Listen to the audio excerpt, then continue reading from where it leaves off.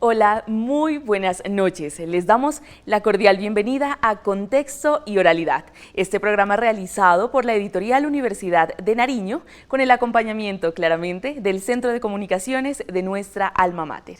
Hoy estamos muy felices porque en nuestro segundo episodio vamos a estar trayendo un poco a la memoria todos esos momentos que se vivieron alguna vez en el Centro de Publicaciones de nuestra universidad. Como ustedes ya lo saben, episodio tras episodio iremos reviviendo todos estos saberes, todos estos aconteceres también que nuestros invitados nos estarán contando, nos estarán mencionando, así que sean todos ustedes bienvenidos una vez más a Contexto y Oralidad.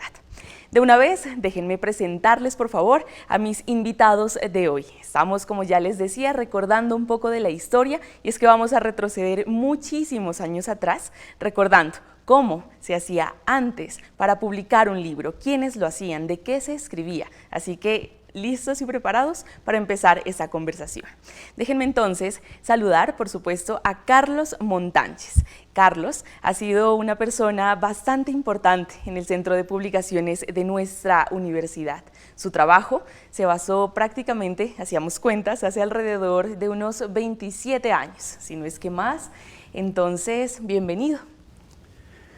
Muchas gracias por esta oportunidad de participar en este programa que realmente engrandece las publicaciones, engrandece la administración, engrandece la parte académica, porque pues son las publicaciones un elemento pues, o unos elementos que son demasiado valiosos para el estudiantado en general.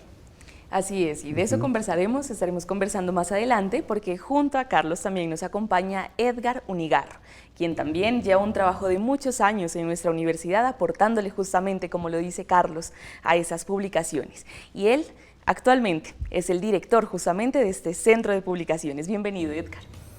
Muchísimas gracias a este programa importante, Contexto y Oralidad, que como ya se mencionó, pretende hacer un énfasis en el proceso histórico de las publicaciones en la universidad, cómo ha evolucionado, hasta tener la editorial Universidad de Nariño, que se está proyectando como un referente importante a nivel regional y nacional. Bueno, muchas gracias. Muchas gracias. Y es que es así, ¿verdad? Cada persona le ha aportado justamente ese granito de arena, como diríamos, para hacer de esto un proceso que ha venido en crecimiento, en constante crecimiento, que claro está, no hubiese sido posible sin todo este apoyo que ustedes le han brindado a nuestra universidad y sobre todo a esto. Vemos acá la publicación de un sinnúmero de libros que siguen siendo consultados por nuestros estudiantes, docentes y sobre todo escritos por ellos y por más personal de nuestra comunidad universitaria. Entonces, de una vez, vamos con Carlos, vamos a irnos justamente hacia allá. Estábamos hablando, hacia alrededor de qué año podríamos hablar, 2004 creo que fue el momento en el que usted se despide de nuestra universidad, pero recordemos cuándo fue ese ingreso y sobre todo cuál fue ese propósito que usted llevó para justamente tener un producto tan sólido y tan bueno, ¿no? De una calidad importante.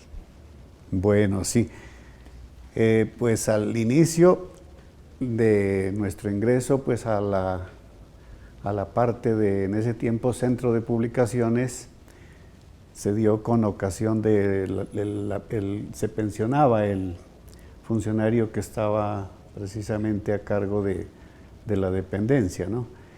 Y se dio un concurso, pues que en ese tiempo, pues se programó, nosotros participamos, aunque de una manera extemporánea, porque ya había pasado el día anterior el concurso y un doctor Daza, que era jefe de servicios generales, nos dio la oportunidad de participar y por fortuna pues fuimos elegidos. En ese tiempo la directora de la Oficina de Extensión Cultural era la doctora Elizabeth Molineros de Benavides, una abogada muy reconocida en Pasto, casada con otro abogado.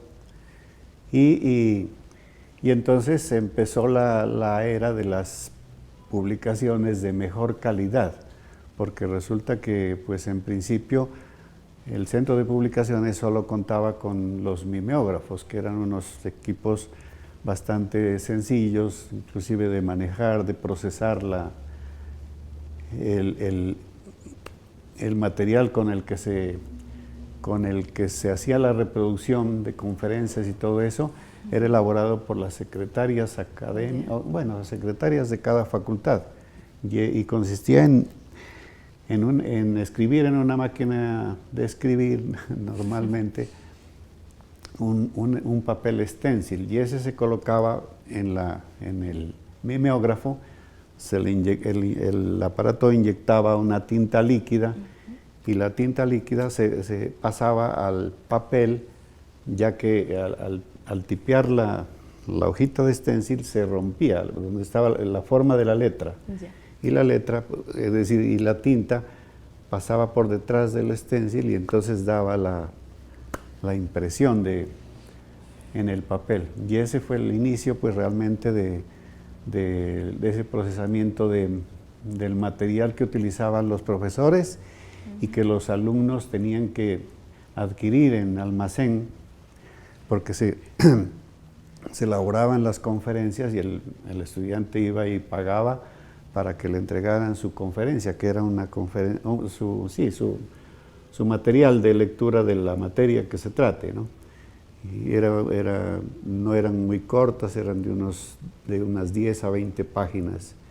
Igual proceso sufrían los exámenes de cada mes o cada semestre que programaban los docentes. Entonces también se hacía en ese estilo, ¿no? Bueno, toda una historia muy grande, y además que, bueno, nos produce, ¿no?, bastante imaginación entender cómo se hacía toda esta labor. Y es que justamente, si me permite, Carlos, tenemos acá un libro, si que lo podemos indicar. Este es del año 1993, sí. Es uno de los más antiguos, me imaginaría yo. Sí, tenemos varios libros, por ejemplo, de acueductos, sí. Una revista Tendencias, que era de la Facultad de Ciencias Económicas y Administrativas, para la Facultad de esto es agronomía, ¿no? De ingeniería, Teoría y diseño de los tratamientos de aguas residuales. Este material, pues, se hizo cuando ya la parte del centro de publicaciones empezó a crearse como editorial. Entonces fue cuando ya, pues, prácticamente hubo como un compromiso de las administraciones para adquirir algunos equipos ya más modernos, pues, que nos permitan hacer toda esa producción. Claro, bueno. Y es que todo ese trabajo también fue así por mucho tiempo, ¿verdad? Muchos años pasaron para que esto, como usted lo dice, se vuelva más novedoso, más actualizado, y a Edgar también le correspondió una buena parte de esa labor. Conversábamos de que sí, ellos también eran los encargados justamente de diagramar este tipo de libros. No había, claro está, ¿no?, una revisión previa, únicamente quien decidía hacer una publicación acudía al centro de publicaciones y era el lugar donde se imprimían los libros, les ayudaban con la diagramación. Contémosle por favor a nuestros televidentes cómo era todo este proceso, que de verdad sí les tocó bastante empírico y que, bueno, lo desarrollaron de la mejor manera. ¿Cómo era esto? ¿Cómo lo hacían? Entré al departamento de física en el año 1984. Unos 5 años después, el doctor Carlos Guasmayán me invitó a colaborar en el programa de acuacultura, un convenio con ICFES-EDVID, para, digamos, establecer ese programa en la modalidad semipresencial. Allí se requería hacer módulos para las diferentes asignaturas, y yo tenía alguna experiencia en informática, entonces me invitaron a trabajar con un equipo Macintosh que habían comprado con esos recursos, y empezamos el trabajo de diagramación con un programa que se llamaba PageMaker en ese entonces, de la firma Adobe, y allí hacíamos entonces esos módulos, y el centro de publicaciones nos ayudaba en la replicación de los ejemplares para los estudiantes de esa carrera. Con esos mismos recursos, después de que el doctor Carlos hizo una gestión con el doctor Galo Burbano para obtener una máquina offset y una guillotina. Se compró una maquinita nueva, una máquina Ryobi, también de impresión offset, y con esa se establecieron como los fundamentos para tener ya un sistema de impresión un poco más avanzado. Es decir, se daba como visos para el establecimiento de una editorial. Sí. ¿Sí? Y justamente en el año 2002 ocurrió esa transición. Entonces el doctor Alberto Romero, que era profesor de la Facultad de Ciencias Económicas y Administrativas, le propuso al Consejo Superior de ese entonces el establecimiento y la reglamentación de la editorial. En ese momento se llamaba Editorial Universitaria Universidad de Nariño, ¿sí? Entonces, ¿cuáles eran como los puntos centrales de esa solicitud que fue aprobada por el Consejo Superior? Perdón. Entonces, las consideraciones que se hicieron es que es propósito de la Universidad de Nariño producir y difundir conocimiento para beneficio de la comunidad académica y de la sociedad en general. Es decir, había una trayectoria ya de publicaciones que era necesario como organizarla y sistematizarla en una editorial. Y miren, aquí está la razón, que se ha incrementado significativamente la producción intelectual financiada por la universidad, cuya publicación debe regirse plenamente a criterios establecidos en los estándares nacionales e internacionales, que se requiere crear una entidad y establecer una reglamentación que garantice el manejo adecuado de la actividad editorial en la Universidad de Nariño, ¿sí? Con esos objetivos se crea y se reglamenta la editorial, ¿sí? Se crea el director de editorial, se crea el consejo editorial, se establece incluso en ese entonces un comité de distribución y comercialización que luego en el año 2004 con la modificación del acuerdo 086 de 2002 se retiró, se modificó, ¿sí? Entonces el Consejo Superior en ese año, en el 2002, que estaba presidido por Fabio Trujillo Benavides como presidente del Superior, establecieron la editorial universitaria Universidad de Nariño. Así es. Pero no fue sino en el 2004 cuando ya realmente se entró a reglamentar y a aplicar una normatividad institucional que permitía ya que las publicaciones sigan un proceso, ¿sí? En el 2004 se establece, por ejemplo, que deben ser arbitradas esas publicaciones, ¿sí? Pero también en otro de los artículos se establece que debe haber un respeto por la propiedad intelectual, ¿sí? Entonces, diríamos que realmente arranca la producción editorial ya como formalizada en el año 2004, ¿sí? Cuando la doctora María Clara Yepes era la vicerrectora académica, ¿sí? El rector era el doctor Pedro Vicente Obando. Así es, bueno, y es que muchas cosas se han mantenido, ¿no? Vemos desde ese entonces y hasta este momento, porque igual sigue justamente la productividad de docentes, estudiantes, seguimos escribiendo muchísimo en nuestra universidad, cuestión que nos alegra demasiado y a quienes extendemos pues nuestra felicitación, por supuesto. Y bueno, vamos cerrando esta conversación con todas estas historias, y es que me imaginaría yo, si ustedes lo traen a su memoria, alguna anécdota que ustedes hayan vivido por ese entonces, con qué se toparon, qué fue quizá lo más difícil o lo más gratificante para ese entonces. Carlos, ¿qué podríamos recordar? Un suceso que nuestros televidentes puedan imaginarse y que bueno, Carlos no lo ha olvidado pese a los años. Sí, no, hay una cantidad de anécdotas que prácticamente pues era como un hálito de empuje que se le daba al grupo, ¿no? Porque resulta pues que, como les comentaba en la parte inicial del mimeógrafo, pasamos a un proceso que tenía una secretaria que se llamaba doña Estela,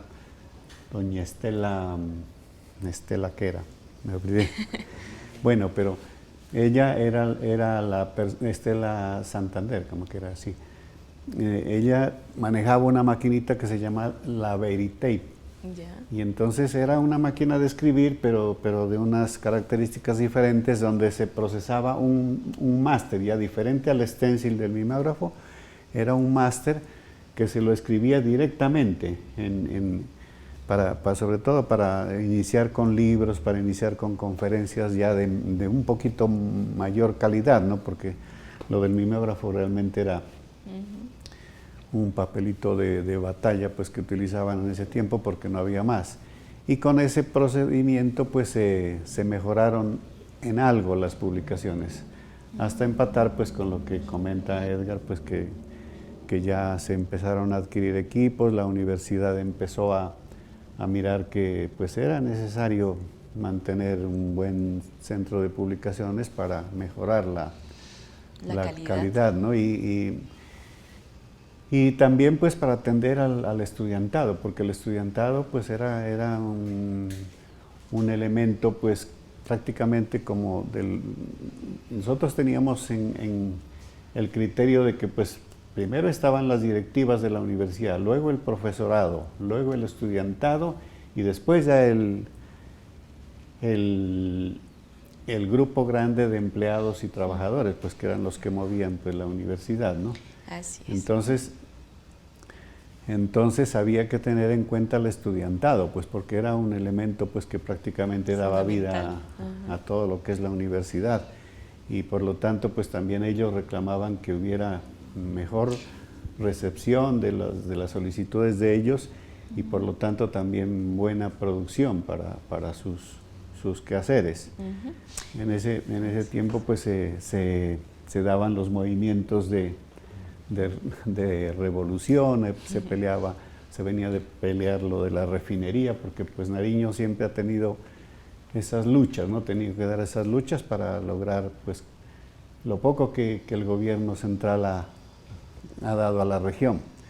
Y entonces siempre había los paros cívicos, los movimientos de uno y otro lado, y desgraciadamente hubo pues hasta que se empezó a matar a los estudiantes, ¿no? En ese caso falleció la compañera, o la mataron pues prácticamente a la compañera Adriana Benítez, que en este momento pues hay hasta un coliseo pues con el nombre de ella. Y resulta, pues aquí viene la anécdota, pues no, resulta que hubo una misa pues que fue con una participación enorme de estudiantes, de profesores, bueno, de público en general, y la gente iba ante todo pues a rezar, pero con rabia, porque pues se sabía exactamente o digamos se culpaba a la gente paramilitar, pues que no, que ya funcionaba acá desde ese entonces. Y resulta que pasó la misa y hubo allí dentro de la misa un discurso de un joven estudiante, pero violento, pues el tipo fue directo pues a acusar a las Fuerzas Armadas que trabajaban prácticamente como a la par con las fuerzas militares del Estado, ¿no? Y bueno, se dio ese discurso y todo el mundo pues quedó con esa impresión de que este muchacho pues se expuso, ¿no? por sus palabras. Entonces llegamos a la editorial y cuando pues nos reunimos en ese momento a comentar eso mismo, y llegaba el profesor César Calat allá, y cuando nos encontró, no, dijo, es que estábamos en un grupito allí, dijo, es que prácticamente ese muchacho se puso una placa en el pecho con ese discurso. Entonces llegaba en ese momento un compañero que estudiaba Derecho, y entonces cuando este muchacho dice, ah, sí, dice, hola, hola, ¿y la placa qué decía? Yo no estuve allí, decía. Cosas que no se olvidan y que además, bueno, nos hacen también imaginarnos todos estos escenarios, ¿no? Que se vivieron en aquella época, y bueno, que Edgar seguramente también. ¿Qué viene a la memoria, escuchando por supuesto a Carlos? ¿Qué podríamos recordar? Esas situaciones que jamás olvidaremos en nuestro centro de publicaciones y bueno, más adelante la editorial. Viene a la memoria, como a modo de conclusión, la importancia que ha tenido el centro de publicaciones desde ese entonces en pro de la defensa de la universidad pública. Justamente el estamento estudiantil en particular ha sido el que de alguna manera ha recibido el apoyo respetuoso, solidario del Centro de Publicaciones para expresar sus ideas, para oponerse a las políticas que buscaban y buscan privatizar la educación pública. Tanto así que cobra sentido ese papel del Centro de Publicaciones, porque en los planes de desarrollo, en el proyecto educativo institucional, se menciona como un deber fundamental de la comunidad universitaria la defensa de la universidad pública. Y ahí, desde el relato del doctor Carlos hasta nuestro tiempo, y seguirá siendo así Dios mediante, estará el Centro de Publicaciones y la editorial también apoyando esa defensa de la universidad pública. Porque, como dicen los muchachos, pública la recibimos y pública debemos entregarla hasta el fin de nuestros días. Bueno, así es, una gran labor, una labor demasiado loable. Así que mil felicitaciones a ustedes, porque como lo decíamos al inicio, si bien la editorial está constituida, ya hace toda la labor de revisión, de publicación, de evaluación, este camino claramente no hubiese sido posible sin esa labor que ustedes ya nos han comentado muy bien. Y bien, antes de despedirnos, por favor, yo quiero que todos ustedes nos puedan acompañar para conocer cuál es esa novedad editorial que tenemos para esta semana. Pues bien, nuestra novedad editorial para esta semana es Arte y Sociedad, una mirada a través de la pictografía. Este es un libro que ustedes podrán encontrar en nuestra editorial Universidad de Nariño. De una vez les extendemos esa invitación para que conozcamos un poco de todas estas pinturas, toda esta arte que se encuentra dentro de nuestra universidad. Aquí está una recopilación y un estudio sobre todo de qué pinturas, de qué arte estamos mirando y consumiendo en nuestra universidad. Aquí para que lo puedan mirar y bueno, de este modo nosotros vamos haciendo el cierre, recordando, bueno, ¿no?, todos estos libros, cómo han cambiado también. Yo creo que aquí Carlos y Edgar están haciendo también esa transición de cómo mirábamos un libro de 1993 y bueno, uno de nuestra actualidad. Así es que muchísimas gracias a ustedes por hacerse presentes hoy en Contexto y Oralidad. Gracias, Carlos, por brindarnos este espacio y sobre todo por hacernos imaginar tantas cosas que seguramente, así como tú no lo has olvidado, nosotros tampoco lo haremos. Bueno, muchísimas gracias por la invitación a Contexto y Oralidad. Nos parece una sección del programa dedicado a los libros que realmente merece que lo mantengan, pues que lo destaquen y que lo hagan conocer, porque realmente son las publicaciones el impulso que se da al logro que quiere alcanzar el estudiantado, ¿no?, que es ser un profesional íntegro. Y de lo contrario, pues si no hubiera esta editorial, si no hubieran los libros, pues muy difícilmente se logra alcanzar esos objetivos. Muchas gracias. Bien, a usted infinitas gracias también. De igual forma, Edgar, gracias. De verdad que es muy valioso todo esto que nos has comentado hoy y toda esa labor que continuamente sigues desarrollando día tras día en el Centro de Publicaciones de nuestra universidad. Muchas gracias nuevamente por la invitación. Gracias a las directivas de la universidad, al profesor Gilbert como director de la editorial y a su equipo de apoyo por estas iniciativas que realmente realzan la producción académica de toda la comunidad universitaria. Bueno, larga vida para este programa. Muchísimas gracias y larga vida también para el Centro de Publicaciones. A ustedes también les agradecemos por esta grata compañía, de verdad que hemos abierto un espacio de diálogo bastante importante y esperamos que por favor nos sigan acompañando en Contexto y Oralidad, este programa que se emite miércoles tras miércoles, con repetición por supuesto los viernes a la 1:30 de la tarde. Nos seguiremos encontrando aquí en Contexto y Oralidad y también invitarlos para que nos sigan a través de nuestras redes sociales como Editorial Universidad de Nariño.